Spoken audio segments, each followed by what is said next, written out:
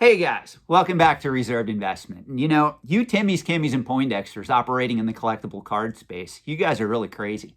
You know, I thought it was bad when the Pokemon Company announced that they were going to up the print run to 9 billion cards per year. And people came at me with pitchforks and torches drawn, ready to attack me simply for pointing out that we're entering a new era of Pokemon card investing, speculating, and collecting. And there's going to be a lot of people getting hurt in this new era. It's already happening with Magic the Gathering. For those of you that think it's a great idea to spend X number of dollars per month and keep buying stupid factory seal booster boxes and putting them away in your closet, in your storage unit, spare bedroom, one bedroom apartment, whatever you guys are doing with all these boxes and calling them an investment, how's that working out for you the past few years? In all honesty, do you guys see that the game is up here and it's not working in your favor? For crying out loud, I remember people were attacking me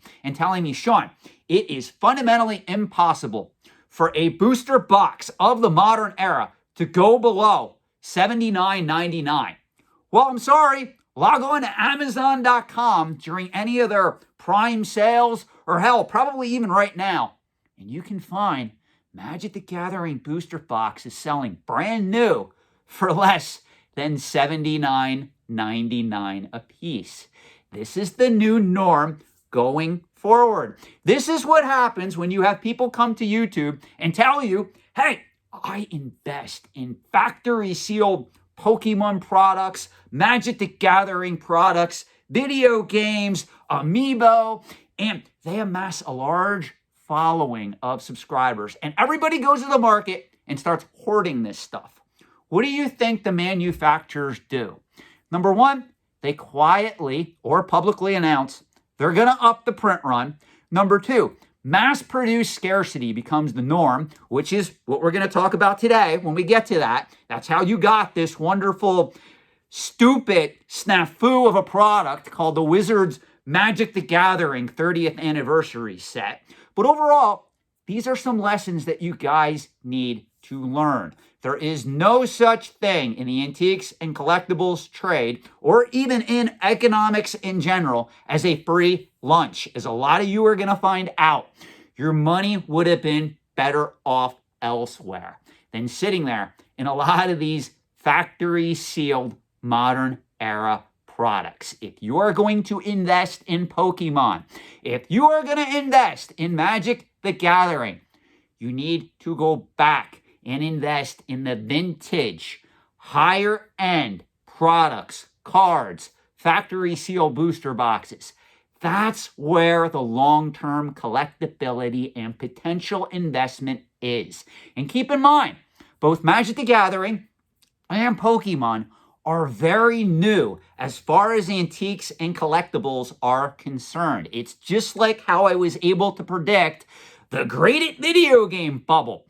People were coming to me telling me that their particular great video game was worth 20, 30, 40, 50, 60, in some cases $100,000 or more, when literally just a couple of years back, funny, it was selling for less than 1/10 that price on the secondary market.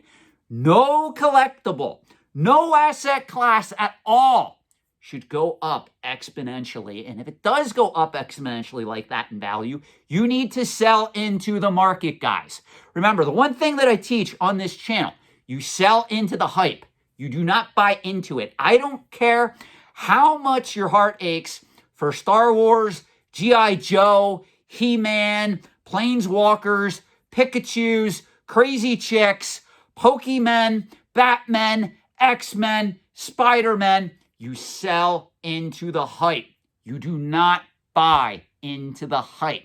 When you see everybody and their mother coming to collecting forums, starting their own TikTok videos, starting their own YouTube channel, telling you that they're investing in this great collectible and it's going to go to the moon, that's the time where you sit there, you take a step back and you go, let me just watch this market. Let's see what happens. If this starts shooting up I'm going to sell into this market. It's time I clear out my holdings. If I have something I'm emotionally attached to, I get it. I'll hold on to that and keep it. But overall, I'm going to be selling some of my collection if this particular market's going to the moon. And these are not truly hard to find pieces. And I hate to say this, for what most of you are buying and trying to invest in, like 99% of what you guys are going after, it's not rare at all. You can easily replace this stuff. You know, I'm going to even use this as an example.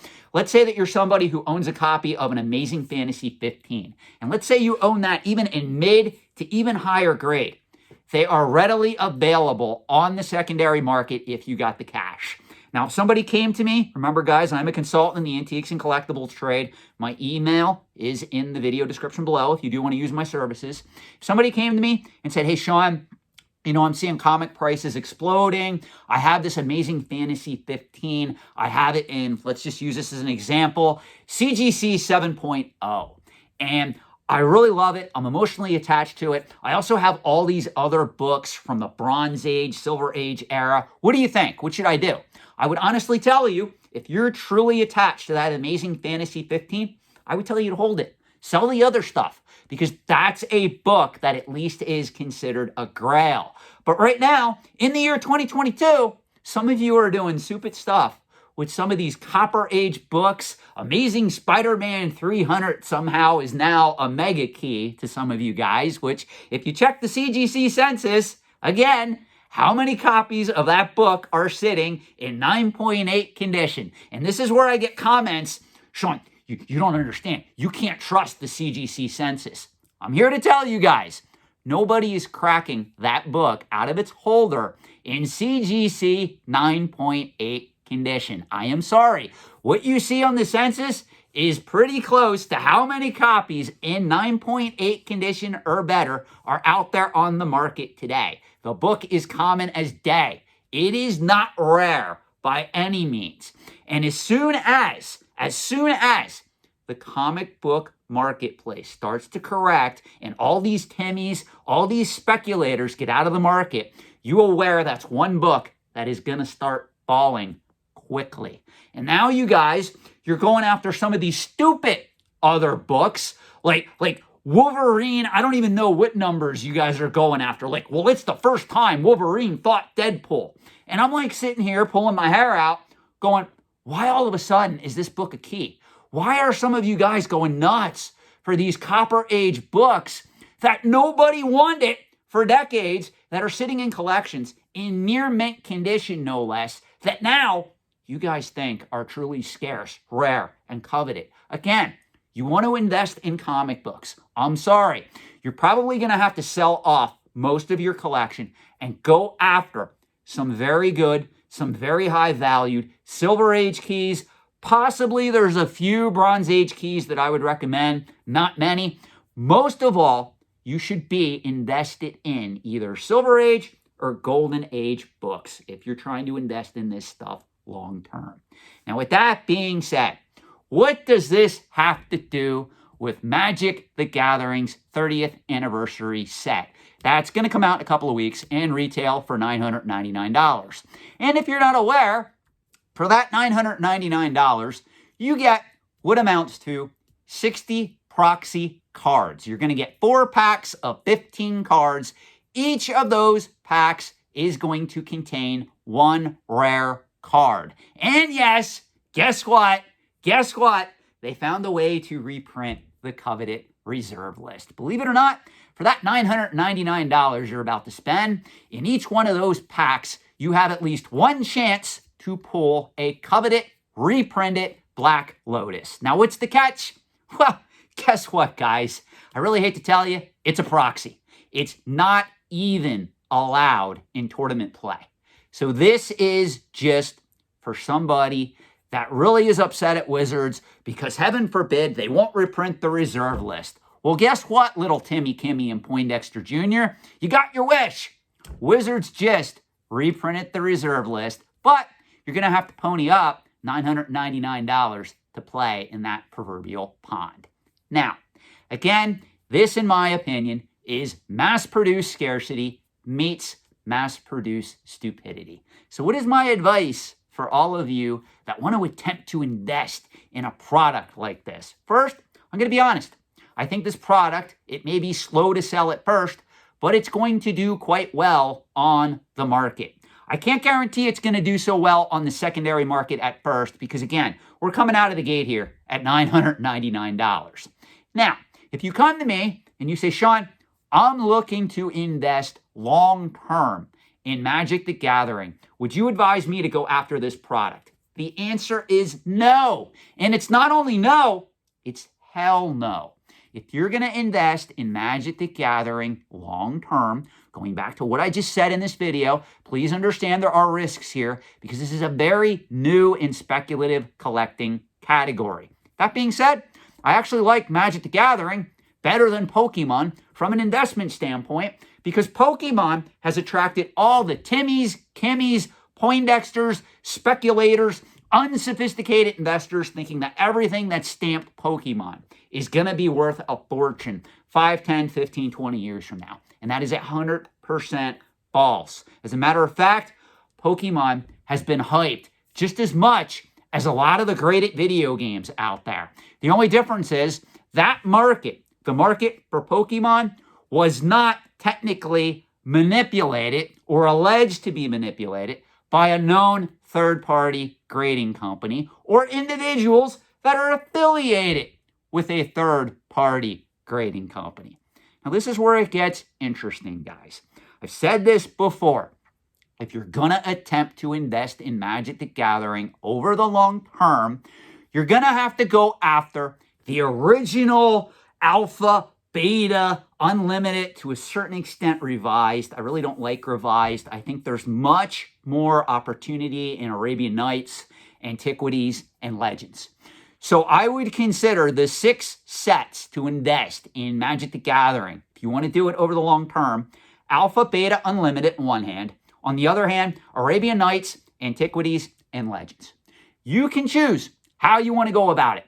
What I would advise you to do is, obviously, most people watching this video are not going to be able to afford an authentically factory sealed booster box of Arabian Nights or Antiquities, or in most cases, Legends. Now, obviously, out of those 3, I would predict that Legends would be the most affordable. If you can afford to play in that pond, that proverbial pond, and you log on to Heritage Auctions and they have one up for bid, that would be your best bet because Heritage Auctions is at least going to vet that particular item for you. If you bid on it, you get it. It's going to be as described, or Heritage Auctions, from, again, my experience, is going to stand behind that particular product. So that's what I would tell you to do if you have the money and the means to do that. Now, a lot of you are going to tell me, Sean, that's ridiculous. I don't have that kind of cash. Okay. Then your best bet is to go after the highest graded cards from the coveted reserve list era that you can afford. And in this case, the older, the better. Meaning if you can afford Alpha 10s, go after Alpha 10s. If you can't afford Alpha 10s, Beta 10s, Unlimited 10s. I honestly, I'm going to say this, guys. I know it's an unpopular opinion. I really don't like revised. There's a lot of it out there, but I know there are people that really like revised.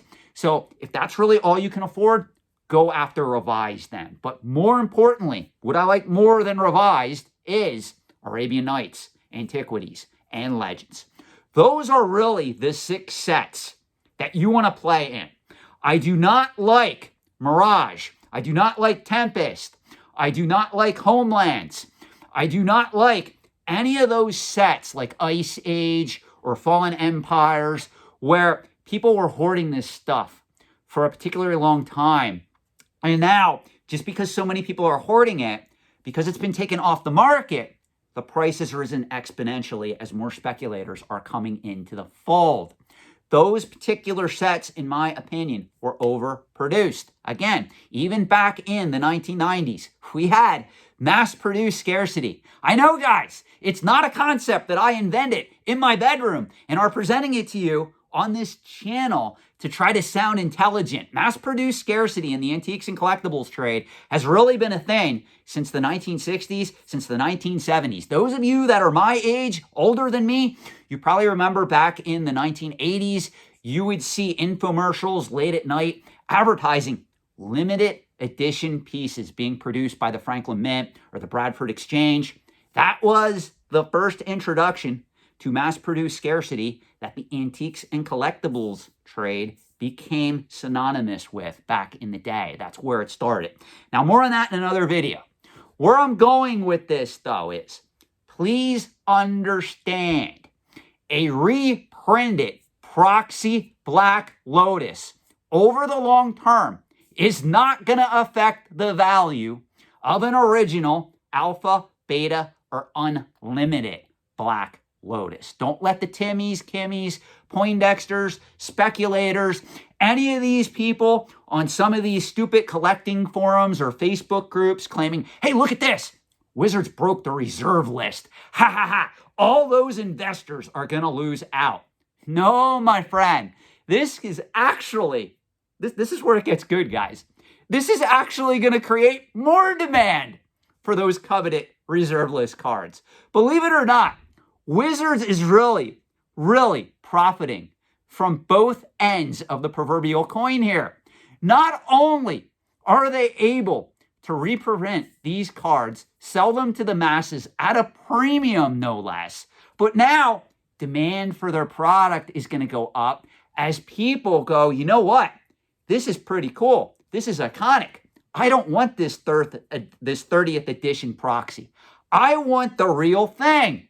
So now they're going to go to the market and they're going to go, well, damn, look at how much an original Black Lotus is going for. Well, if they have the means, guess what's going to happen? It's going to bid up even higher over time. This was a brilliant move on the part of Wizards of the Coast, because if this product fails to take off, let's say that this product is a disaster and it divides the community, the Magic the Gathering community, even more. You know what's great? Wizards can just go, you know, we tried reprinting the reserve list. We tried to do it with proxies. We tried to keep everybody happy. It didn't work. We're walking away. And now what do you think is going to happen? Well, remember that time they released the 30th edition anniversary edition? Now, what's going to happen? The price of those 30th edition cards are also going to rise. So it's almost like Wizards can do no wrong in this scenario. Even if this product completely flops, and I don't think it's going to, but let's just say this product completely flops. Wizards gets to walk away and they get to say, you know what? We tried to reprint the best we could, the reserve list, for all the Timmies, Kimmies, and Poindexters that keep coming at us with pitchforks. I'm sorry, we're not willing to reprint a Black Lotus and just put it in a standard regular booster box, because then it would be tournament legal. In order to adhere to the reserve list, we have to make a special product. We have to produce it in a scarce manner that also jives with the original reserve list that we put forth. So this is really an interesting quagmire in the field of antiques and collectibles. And I honestly think this is going to be studied for years to come. If this succeeds, though, make no mistake, you are going to see more expensive reprints like this. And there's going to be a lot of Timmies, Kimmies, and Poindexters out there that are going to try, much like Pokemon, got to collect them all. We got to get now the alpha reprints or the unlimited reprints, or, oh, they brought back Arabian Nights. I got to get my reprinted, non-tournament legal Bazaar of Baghdad or my Library of Alexandria. Do you see what they're doing here? Unlike the Pokemon company that said, hey, let's turn on the printing press and let's release 9 billion cards, Wizards of the Coast went in their back room and said, hey, you need to hold my beer. We're not going to turn on the printing press. We're going to turn off the printing press and we're going to up the price. And our shareholders are going to love it. And you better believe it, baby. The shareholders and also the people at Wizards, they're going to be watching this product closely, because you better believe, much like what happened in sports cards, if this takes off, this is going to be the new norm, guys. For those of you out there that collect this stuff, I certainly hope your wallet's fat, man. Because I'm going to be honest, if I was you, I would just be going after the vintage stuff and forgetting about all this stupid modern era product. Now, to be fair, if you know what you're doing, Do you want to speculate short-term in some of this stuff? By all means, do you. As you can see, I got the Bayonetta Deluxe Edition, whatever the hell it's called, behind me. I speculate in a lot of this stuff as well for short-term gains. There's nothing wrong with that. But just understand, over the long term, if you want to play in the Magic the Gathering market or even the Pokemon market, the money is in the vintage, high-end, graded stuff.